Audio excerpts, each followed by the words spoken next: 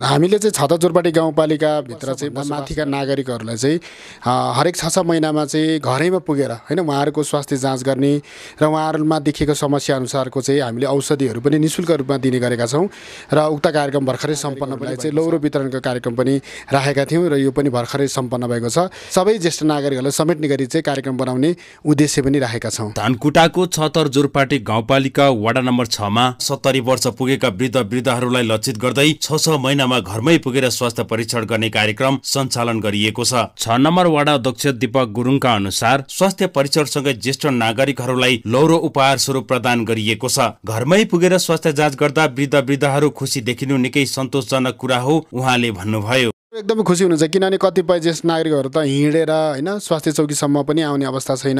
हामी घरै पुगेर होइन उहाँलाई घरैमा भेटेर उहाँहरूको चाहिँ प्रेसर जाँच, सुगर जाँच लगायत उहाँले नियमित खाने औषधिहरूको बारेमा चाहिँ उहाँलाई जानकारी गरिदिने, उहाँहरूको अहिलेको अवस्था कस्तो छ, उहाँहरूलाई समस्या के परेको छ र हामी औषधि मूल्य नै लिएर चाहिँ हाम्रो स्वास्थ्य चौकीबाट चाहिँ खटिनुहुने स्वास्थ्य कर्मी पनि सहित जाने भएको कारणले गर्दा उहाँहरू जस घरैमा बसी सेवा पाउँदा उहाँहरू खुसी हुनुहुन्छ।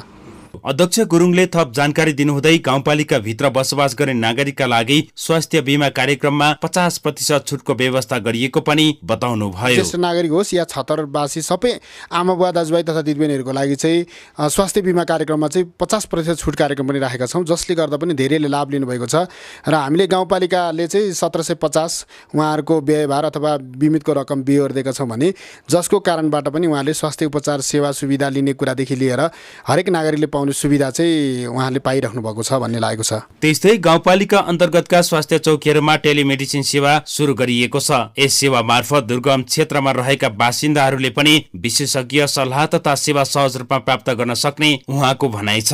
जहाँ स्वास्थ्य चौकीहरू छ त्यहाँ चाहिँ हामीले टेलिमेडिसिन सेवा सुरु गरेका छौँ र टेलिमेडिसिन सेवा भन्नाले चाहिँ उहाँहरूले चाहिँ यहाँ हाम्रो स्वास्थ्य चौकीमा उहाँहरूको समस्या लिएर आउनुहुन्छ तर त्यो समस्यालाई चाहिँ हरेक हप्ताको जस्तै हाम्रो 6 नम्बर वाडामा चाहिँ हप्ताको चाहिँ बुधबारको दिन चाहिँ उहाँहरूको 11 बजेदेखि लिएर 12 बजेसम्म सम्बन्धित विशेषज्ञहरूसँग घोपा क्याम्पका डाक्टर साहबहरूसँग चाहिँ उहाँहरूले प्रत्यक्ष कुराकानी गरेर आफ्नो स्वास्थ्य समस्याको बारेमा चाहिँ जानकारी लिन पाउने र उहाँहरूले दिनुभएको सल्लाह सुझाव अनुसार औषधिहरूको प्रयोग गर्ने, उहाँहरूको चाहिँ स्वास्थ्य उपचार गर्नलाई थप के गर्नुपर्छ ती सुझाव पनि लिइराख्नु भएको छ भने यो पनि एउटा प्रभावकारी कार्यक्रमको रूपमा चाहिँ अघि बढिरहेको छ। छतहर जोरपाटी गाउँपालिका वडा नम्बर 6 मा सञ्चालनमा ल्याइएका यस्ता सामाजिक र स्वास्थ्यमुखी कार्यक्रमहरूले निकट भविष्यमा सकारात्मक प्रभाव पार्ने अपेक्षा गरिएको छ। क्यामेरामा अनिल खोजुका साथमा विकास गुरुङ, तेह्रथुम।